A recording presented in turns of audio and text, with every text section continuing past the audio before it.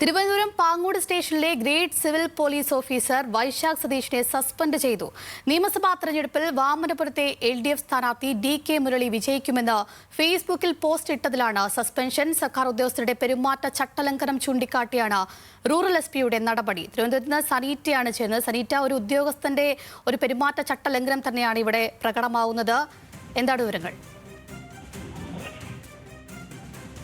Anjali, LDF സ്ഥാനാർത്ഥിക്ക് അനുകൂലമായ ഒരു ഫേസ് പോസ്റ്റ് ഇട്ടതിനെ തുടർന്നാണ് ഇപ്പോൾ പാങ്ങോട് സ്റ്റേഷനിലെ CPO വൈശാഖൻ സതീഷിനെതിരെ ഇപ്പോൾ ഇത്തരത്തിൽ ഒരു നടപടിയുമായി കേരള പോലീസ് രംഗത്തെത്തിയിരിക്കുന്നത്.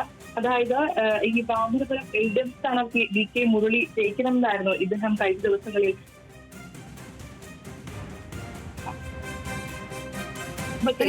ഈ ഫേസ്ബുക്കിൽ തന്നെ വാമനപുരം ഇത്തവണ ആർക്കൊപ്പം എന്ന തലക്കെട്ടോടു കൂടിയുള്ള പോസ്റ്റായിരുന്നു ഇദ്ദേഹം കമന്റ് രേഖപ്പെടുത്തിയത്. സർക്കാർ ഉദ്യോഗസ്ഥരുടെ പെരുമാറ്റച്ചട്ടങ്ങളുടെ ലംഘനമെന്ന ഇത്തരത്തിൽ സസ്പെൻഷൻ ഉത്തരവിൽ പറയുന്നുണ്ട്. എന്തായാലും സേനയ്ക്ക് കളങ്കമുണ്ടാകുന്ന തരത്തിലുള്ള ഒരു പ്രവൃത്തിയാണ് ഇദ്ദേഹത്തിന്റെ ഈ CPOയുടെ ഭാഗത്തുനിന്നും ഉണ്ടായിരിക്കുന്നത്.